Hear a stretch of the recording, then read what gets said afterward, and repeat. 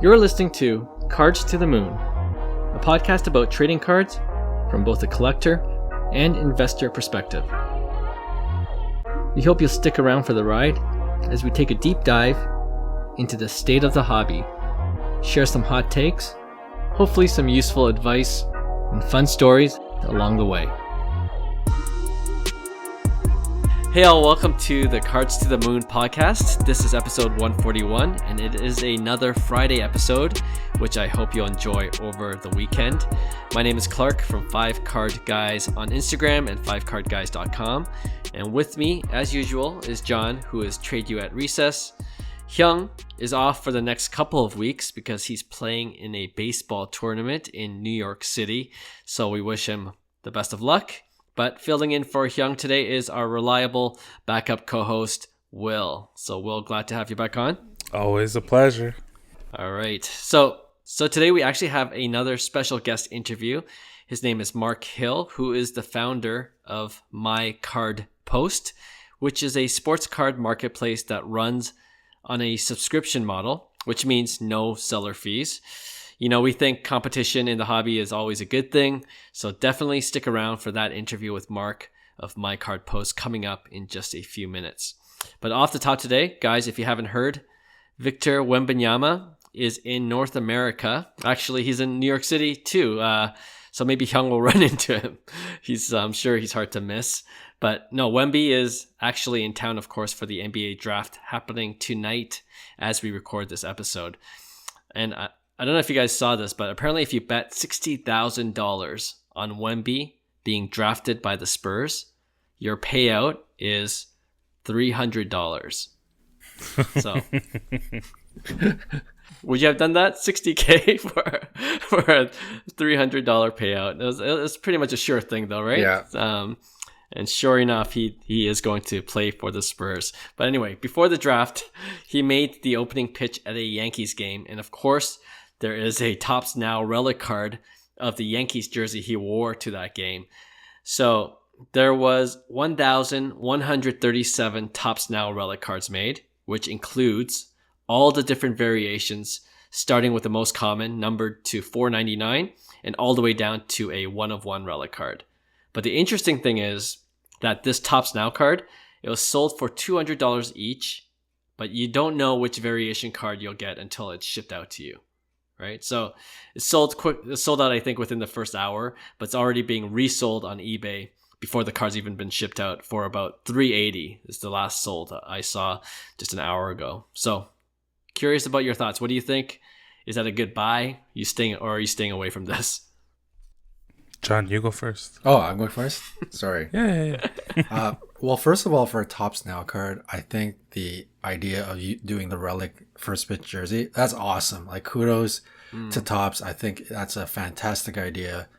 From a business standpoint, you kind of roll your eyes and you go, you understand it, because you're all aboard the Wemby train and you're trying to take advantage at every turn. I understand it, but still an awesome idea. I like it. In terms of would I personally jump on it? No. I think I am 100% off of anything Wemby. No offense to him as a player. I just think the hype is just so incredible. And I don't know. I got to see. I have to watch. Like, I don't see him as generational, right? I don't like generational. We're talking LeBron, right? He's not, I don't know. I'm not seeing enough to say that he's going to be the next top 10 player all time sort of deal. So, I'm not on it at all. But for those that got it at $200 and you're reselling it for double, man, good for you. I think that's do it while you can, because these cards it's cool now, but when Wemby's Topps Chrome comes out and whatnot, it's just gonna get completely lost in the shuffle. So yeah, sell it while you can. Yep, interesting. Yeah, I think a lot of what I feel is kind of what John said. The thing that I don't understand is who is buying Topps Now cards? Because I feel like it's the flippers, and they're making like double their money, right? Investing in this $200 card, and they're flipping it for $380. But it's when they market this, is it not for the flippers? Is it for the collectors? Are there people who collect Topps Now cards? I think there are a lot of collectors Sure, for Topps Now. Yeah. Yeah. Yeah, so I was gonna trash it and just be like, oh, this is like pure, like it's purely just like for investments and like for quick flippers and whatever. But it's like when I think about it, there must be collectors who really love collecting these kinds of momentous occasion cards. So that being the case, I can't criticize it. Like, you know what? If you like Topps Now cards, like every once in a while I see postings on Facebook groups where they're trying to sell Topps Now cards. I'm like, well, I don't want to touch that with a 10-foot pole. Yeah. Right. But there must be people who like it. So for them, great. For the flippers, great, because you're gonna make money. For me, none of this makes sense, and I'm not touching any of it. That's fair. Is the print run on Topps Now similar to Topps Project, where the print is as many people who basically purchased? No, I think I don't know, for the base, maybe.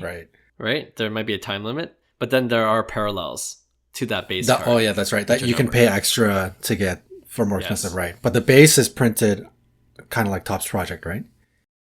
Yeah, I believe so. Like it's like $9.99 or something like that, you know, right off the Topps website. I'm not sure if it was the same, if that was the case for this Wemby card. Because no, it can't be because it's a relic. I mean, there was a base card without the relic, so they sold that. Yeah. But this specific relic card, because to your point, Will, because there's only one jersey that he wore in that game. Yeah. So it's limited. It's limited to 1137. Exactly. That's what you're saying.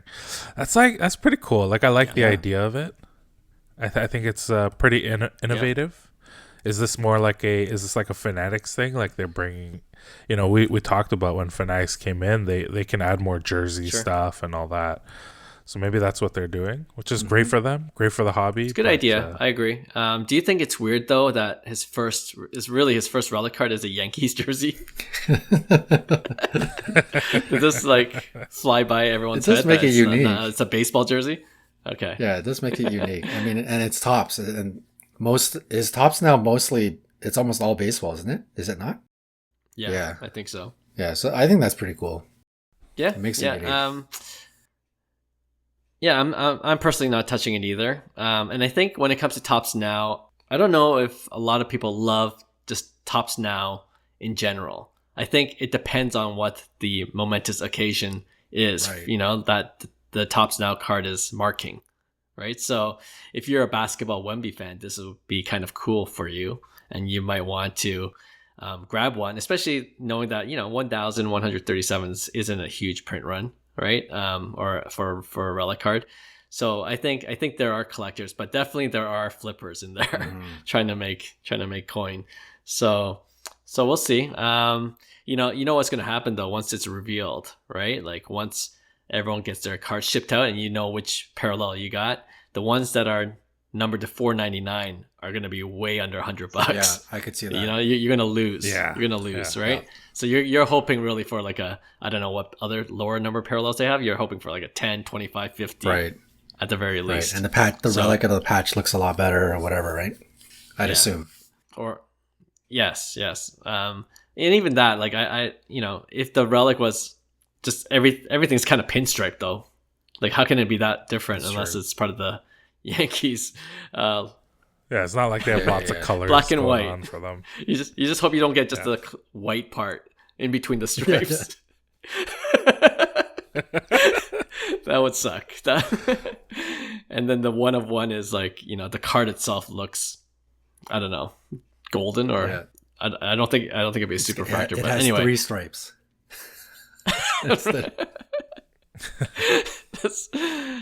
So.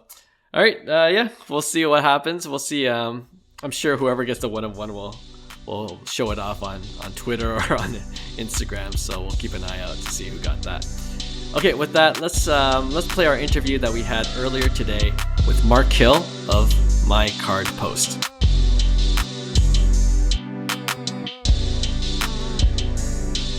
All right, we've got another special guest interview for today's podcast episode. His name is Mark Hill, and he is the founder of the sports card marketplace called My Card Post. I personally only heard of My Card Post recently when we interviewed Denny_cards. Some of you listeners might remember that interview about a month or so ago. And I'm always interested in alternative sports card marketplaces not named eBay.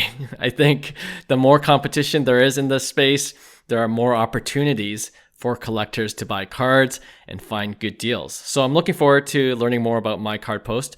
Without further ado, Mark, welcome to the podcast. Hey, Clark. Thanks for having me. Appreciate it. Looking forward to the conversation. Awesome. All right. Before we get into what My Card Post is about, can you tell us how you personally initially got into the hobby? Like, were you a longtime collector, or did you see the hobby as a good business venture? Yeah, I think it's like most people, right? We collected as kids and then, had a period of pause, right? Right. For me, it was, the junk wax era. And then, right before pre-COVID, I got like reintroduced to it just out of the blue. My brother-in-law happened to be visiting and just started talking to me about the hobby. And, we were on eBay looking at all these cards and, it just brought me back and I wanted to just jump right back in. I got so excited. I've moved a lot and I always carried a box of cards with me that I've had as a kid. Nice. I collected Brett Hull and Ken Griffey Jr. cards and stuff. So I immediately started pulling them out and seeing what I have and looking up comps and, they weren't in great condition and none of them were worth too much, but right. That kind of got me right back into it. So, yeah. Cool.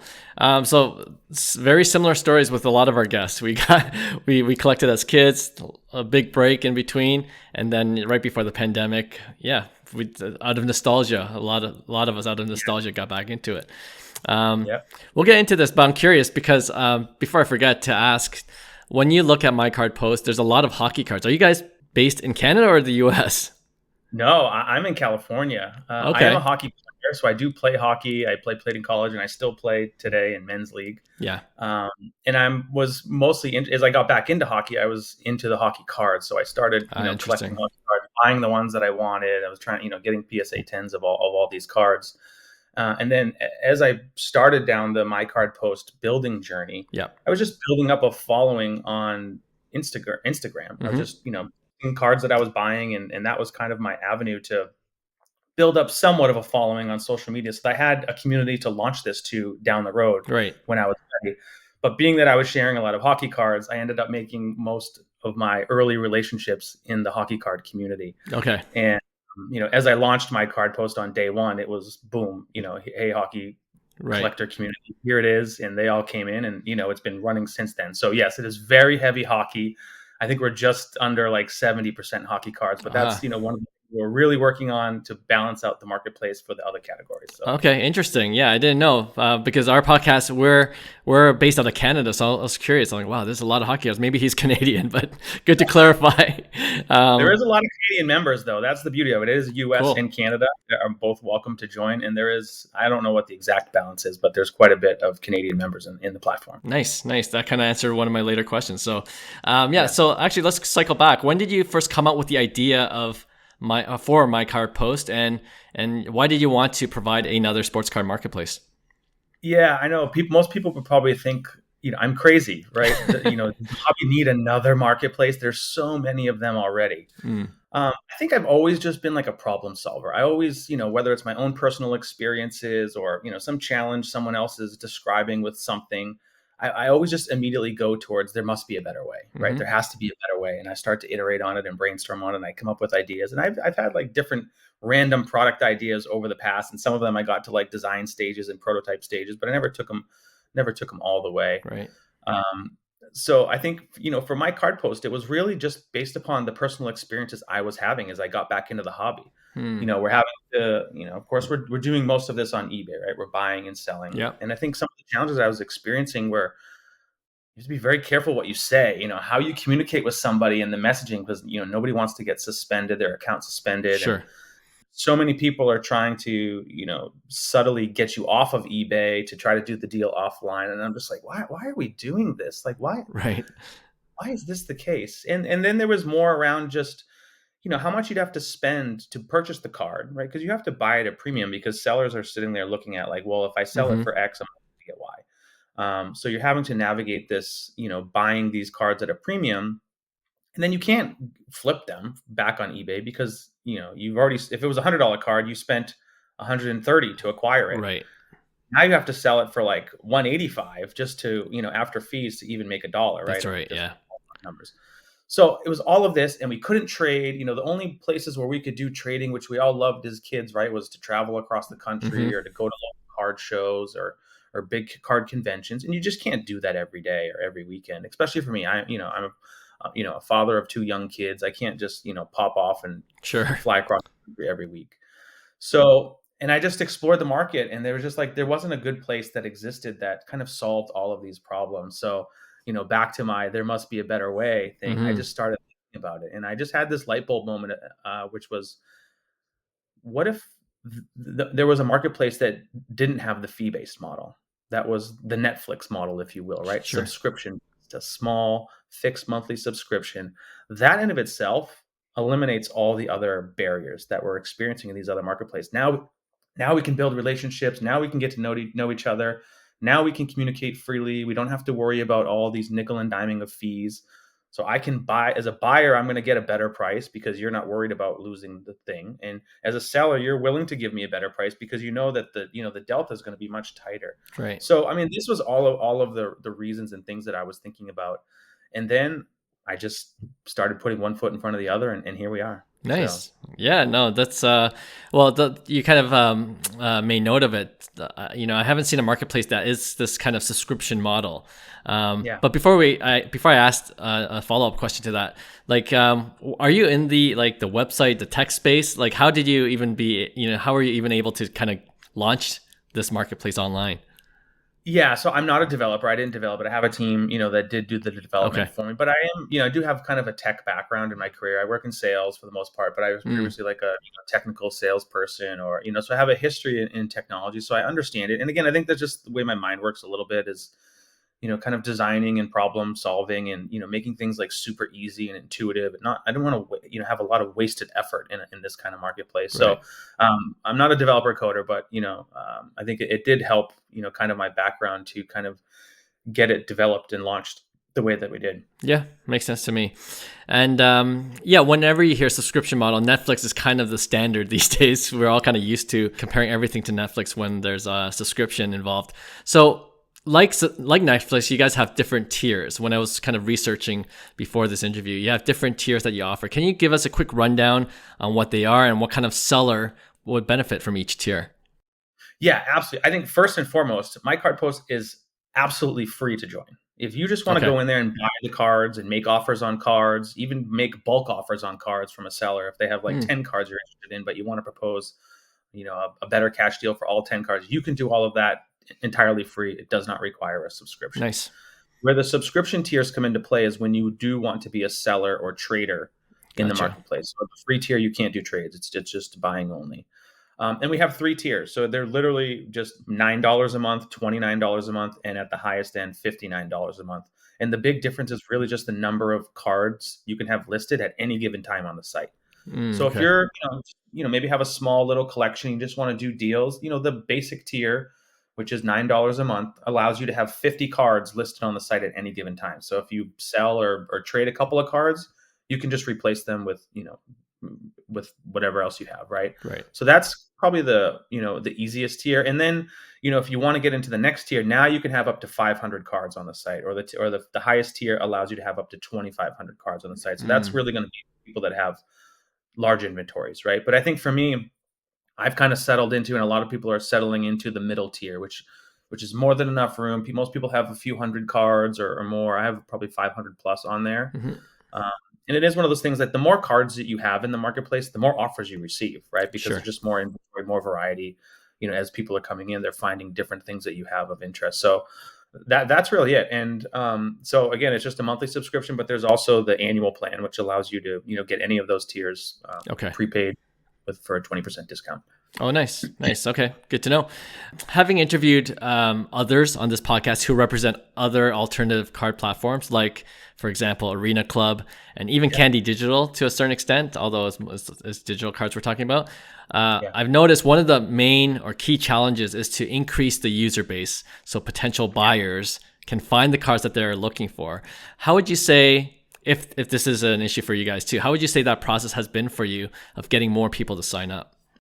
Yeah, I mean, as anyone who's launching a business, growth, adoption, brand awareness, all that stuff is like that's your number one hurdle in the beginning, right? So we're closing in on 1,200 subscribers or 1,200 members. Nice. Those are free people as well in there, right? But we're closing in on 1,200, and I think we're just around 7 months since we launched this. I launched it really late last year. I think it's been going great. It's not. I don't have like crazy cost or any. It's like I'm not a middleman, right? You're not sending me the card, so I don't I don't have a lot of like major expenses there. Yeah. So I think, but I also am bootstrapping this platform, right? So I don't have millions and millions of dollars to hire a large team or to throw a bunch of money at like ad-free Google ads or Facebook ads or whatever. Right. So it is kind of a community-based marketplace and relying on the community to grow it organically, right? So I think while it's a challenge, I'm okay with the pace, right? I don't expect that we're going to have 10, 20, 30,000 people here in the first year. Like it wouldn't be a realistic expectation for me. So yeah, I'm happy with where we're at. Of course, you'd always like it to go faster, but that's just, we're also in a little bit of a down market for the hobby, right? So I think, it's gonna ebb and flow. But sure. the acquisition of new users is only going to just increase over time. Yeah, cool. Every week, those numbers are just going to keep going up. So it is a challenge, but I'm okay with the pace. Okay, cool. I mean, we talked right before we started actually recording. The reason why I heard, and I kind of said at the top of the show, Denny kind of introduced me to you guys just in passing in our interview. Do you find that's the case a lot of the time? It's kind of word of mouth in terms of growth. Have you heard similar stories like that where it's like, oh, my friend found my card post and you should check it out? Yeah, absolutely. I think what's really interesting is to see, and it kind of blows your mind a little bit when you build something and then you see people that, almost like strangers, right, who have subscribed to your platform. You don't know them, you don't have any relationship with them, but they're out there posting my card post in their story, their Instagram story, or they're sharing it. You see people that have basically like a cookie cutter caption for their Instagram post, like I've started selling on my card post. So it is really amazing. And you do see like, oh, so-and-so invited me to join. I hadn't heard of it. It's amazing. Yeah. Or, I'm on podcasts like this one. People will reach out to me like, oh, we heard your story on the podcast. Like, we're super excited to, be a part of this community in the early days and really excited to see where it's going to go. So yeah, I think word of mouth absolutely is the largest growth engine for us. And, again, another thing that's just going to increase in volume as more and more members come in. It's just like that multiplier effect, if you will. Yeah, absolutely. One thing I do like about My Card Post is the ability to trade with other collectors. You kind of mentioned that we can trade with other buyers and sellers there. But of course, the number one concern of trading online on any platform really is to ensure the trades are safe to make and to get rid of scammers if there are any. So I was wondering, how does My Card Post address this safety and security issue? Yeah, it's the number one question, right? And rightfully so. That is, especially for a brand new marketplace that people are experiencing for the first time. Again, it goes back to the design, right? I did spend a lot of time just iterating around the model, like what would be that better way.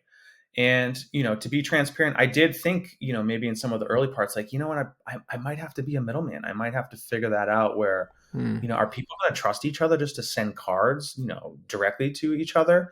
But then the more I got into it, again, it's like that's the design of the subscription model. It's essentially a paywall, which is a deterrent for a lot of fraud scammers, right? They want to go play in all the playgrounds that are free, right? eBay's free. Instagram's free, joining Facebook groups is free. They're going to stay and play in those areas. Not to say that this is bulletproof, because it's not, though, there's, ways that they could come in, but we're definitely keeping a watchful eye. And I think most people in this hobby are honest, ethical people. And that's kind of the foundation that we've built this on. Like, we're building a community, building a community of trusted sellers. There's this subscription wall so that that, hey, I'm doing a deal with someone who's also paid for the privilege to do this deal. Right. So we're both putting our credit cards down for, that's a trust layer. But then the other aspect of this is that since there's no fees and I don't need to protect the transaction, I don't need to keep you in My Card Post. I'm okay if you guys delete your cards on My Card Post and then just go meet at a local Starbucks. Like, that's okay. Because, that's not the model. So by having a subscription model, now your profile is open. You can add your eBay store, your ComC store, your MySpace store. Right. You can have your Facebook, Instagram, Twitter profiles on there. I can do my due diligence on you. I can go click on, all your accounts in your profile and go see like, hey, Clark's legit. He sold thousands of cards on eBay. Right. Got massive following on Instagram. So, really, I'm just like whittling away at my concerns about you. So I have a higher probability of confidence that you're also a legitimate person who intends to be, trustworthy in this transaction. But beyond that, it's also about building repetitions with people, making friends. I want to build a relationship with you. I want to do many deals with you. So we'll probably start small, right? And I've done this many times where let's just do a quick little small trade. Right. You don't send me the $20 card, like I'm not going to sweat it at the end of the day, right? Yeah. But as you start doing those smaller deals and you get more and more comfortable, now you have very little concerns about doing larger deals because you've just, you've essentially made a new friend that you're doing deals with. And I think, that's a lot of the elements to the model and why it's, about trust, about community. We've done some other stuff too. Like we've just rolled out like a verified seller program so that as you've become, mature, you can get that blue check mark that everyone's so used to seeing, right? Again, just, we'll continue to do stuff there, but, that's really the foundation of it. Yeah, makes sense to me. And I think you made a really good point that in general, a lot of the hobbyists, a lot of the collectors are trustworthy. And, there are a lot of trades still being done on Facebook pages and Instagram and, having one or two vouchers from other collectors. And my card post is just an extra layer. I can totally see that as an extra layer of security. So yeah, that's good to hear. Being in Canada, we always like opportunities where we can trade with our American friends. Sometimes that's a challenge. And, and we're often restricted to local card shows here in Canadian cities. But it's awesome to hear, a platform like My Card Post offering that kind of service to trade with, just a bigger pool of collectors. So love hearing that. Yeah, and it's super easy to do it, and again, it's like you could think of it as basically as you create your account on My Card Post, you're essentially the CEO of your own virtual card store, if you will. Cool. So you just upload your inventory and now you can make deals with anyone across the US and Canada. So awesome. I just have one last question, and you kind of mentioned at the very end, you're working on having verified sellers. Are there any other features on My Card Post you first wanted to highlight that we didn't touch upon, or you're working on currently and hopefully add that to the platform as well? Yeah, one of the cool features, actually, we just rolled this out too, because again, the thing about My Card Post is that we want the transactions to be as low cost as possible, right? So, it's a small fixed monthly subscription and you have total freedom, unlimited deals. You're not going to bust your wallet at any of these transactions. So you're really able to kind of keep and protect a lot of your profits from these deals so that you can reinvest and, you can continue upgrading and getting better cards. So, but one of the things is truly the amount of money that people are saving by doing these deals on My Card Post. And we actually just rolled out a fee savings highlight. So as a member of the site, we're just calculating in real time the fees that you're saving on all of your transactions and giving users the ability to see that privately right now in their profile. But actually, I just polled our community yesterday about would you like to see this public? And it was about 70-30. 70 said yes, this should be public for everybody, and 30% said no.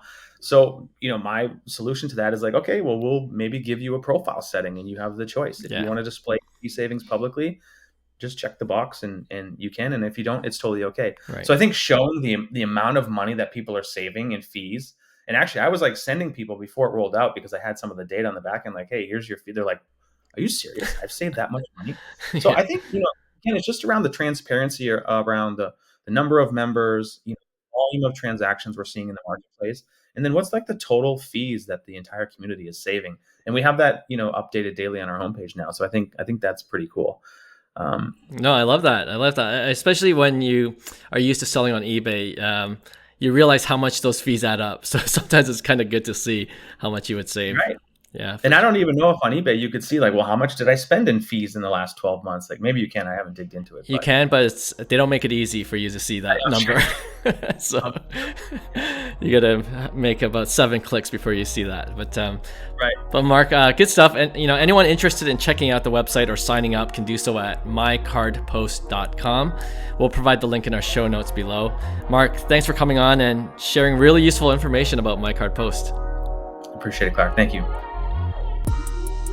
Hey, thanks for listening to Cards to the Moon. We'd really appreciate you subscribing to our podcast wherever you listen to your podcasts. And you can also connect with each of us on Instagram at 5cardguys, or you can follow Hyung at Integrity Sports Cards, or John at TradeU@Recess. You can also check us out at 5cardguys.com. Thanks again, and hope to connect soon.